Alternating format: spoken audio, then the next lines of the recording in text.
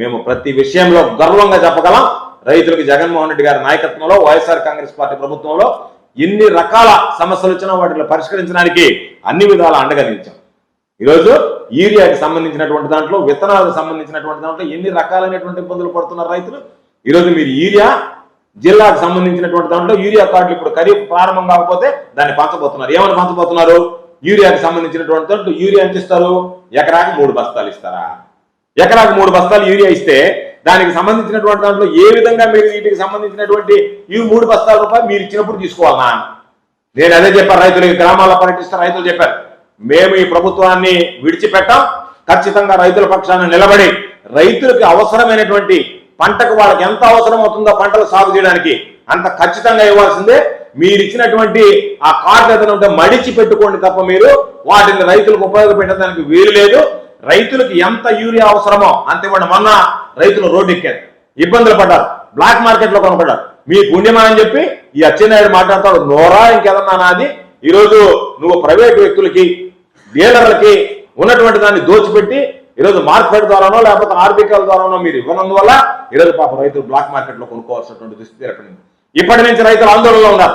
దానికి తోడుగా మేము ఇవ్వం, యూరియా వాడితే క్యాన్సర్ వస్తుంది, చేతకాక మాట్లాడేటువంటి మాటలు తప్ప చేతలో మాట్లాడేటువంటి మాటలన్నా కాబట్టి క్యాన్సర్ వస్తుంది, అందుకని మేము 3 బస్తాలు ఇస్తాం, ఆ 3 బస్తాలు కూడా మేము ఇచ్చినప్పుడు ఇస్తాం, మేము ఇచ్చినప్పుడు మీరు తీసుకోవాలని చెప్పి మాట్లాడేటువంటి పరిస్థితి. కాబట్టి యూరియా విషయంలో కూడా ఇప్పటికే మా నాయకుడు మాకు స్పష్టత ఇవ్వడం జరిగింది. ఎక్కడైతే రైతులు ఇబ్బందుల్లో ఉన్నారో యూరియా విషయంలో కానీ మరొక విషయంలో కానీ ఖచ్చితంగా వాటి మీద పోరాడడానికి వైఎస్ఆర్ కాంగ్రెస్ పార్టీ సిద్ధంగా ఉంది అని చెప్పి మీకు సందర్భంగా తెలియజేస్తూ, అనేక సంవత్సరాలకు రైతులు ఎదుర్కొంటున్నటువంటి సంక్షోభం ఎక్కడా కూడా మీకు పట్టనటువంటిది. కాబట్టి ఈరోజు ఒక పక్క రైతులు నష్టపోతామంటే వాటి గురించి పట్టించుకునేటువంటి పరిస్థితులు లేవు. తీవ్రమైనటువంటి ప్రతికూల పరిస్థితులు ఉన్నాయి.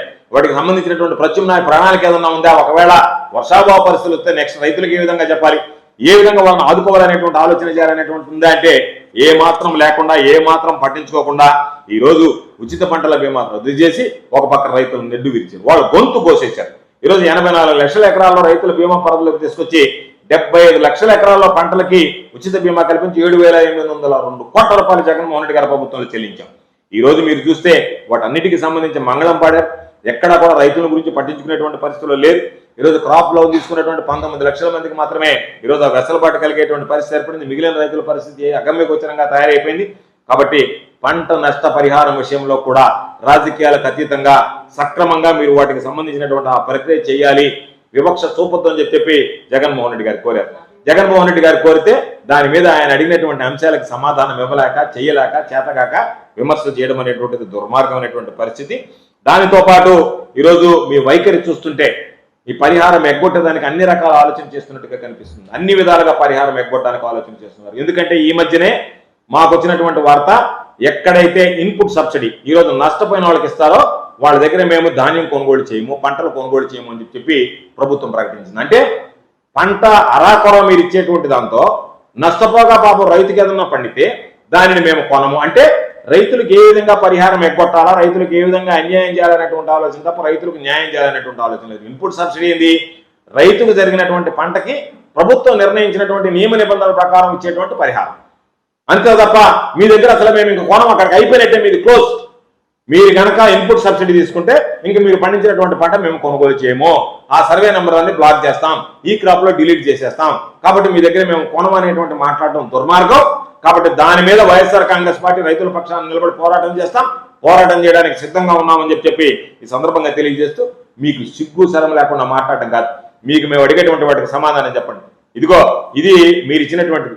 దాని మీద చంద్రబాబు నాయుడు, పవన్ కళ్యాణ్ ఇద్దరు సంతకాలు పెట్టించున్నారు. బాబు షూరిటీ, భవిష్యత్ గ్యారంటీ. దీనికి సంబంధించి ఏం చెప్పారు మీరు?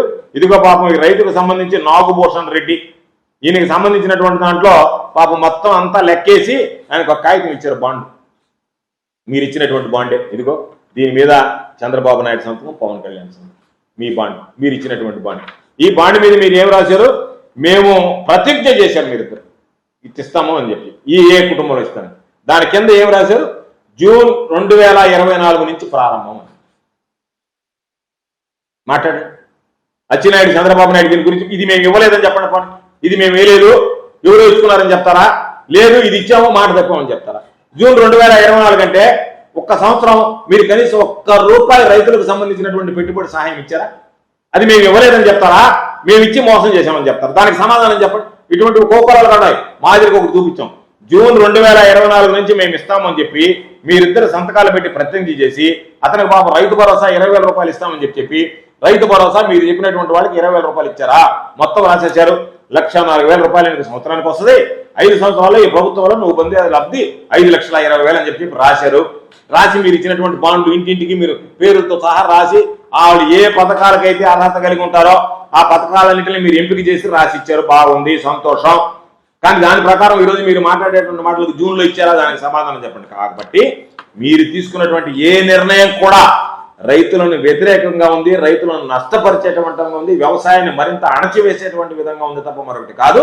కాబట్టి మా గురించి విమర్శించడం, మా నాయకుడి గురించి విమర్శించడం మాని మీకు మరలా చివరగా ఛాలెంజ్ విసురుతున్నాం. మీరు అడిగినటువంటి ఏ మీదకైనా సరే మేము రావడానికి సిద్ధంగా ఉన్నాం. కాబట్టి మీకు ఏ ఛానల్ అనుకూలమైతే ఆ ఛానల్, ఏ తేదీ, ఏ సమయం, ఎక్కడ వేదిక అన్ని కలిసి మీరే ఇస్తే మేము ప్రజల ముందు, ప్రజల సమక్షంలో, రైతుల సమక్షంలో మేము చేసినటువంటిది ఏంటి, మీరు చేసినటువంటి వాటి మీద మేము చర్చించడానికి సిద్ధం. మా సవాళ్ళను స్వీకరించాల్సిందిగా ఈ కూటమి ప్రభుత్వానికి, చంద్రబాబు నాయుడు గారికి, అచ్చెన్నాయుడికి సవాల్ విసురుతున్నాం.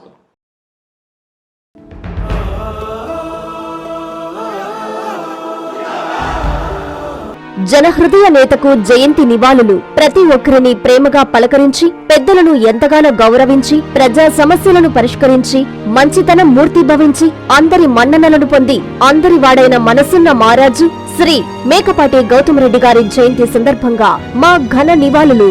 ఇట్లు మేకపాటి కుటుంబ సభ్యులు, బంధుమిత్రులు మరియు అభిమానులు.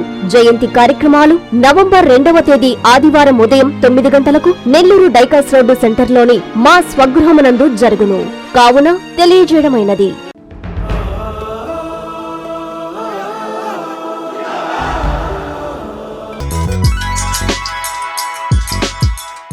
Hi Nilor, please subscribe to N3 TV.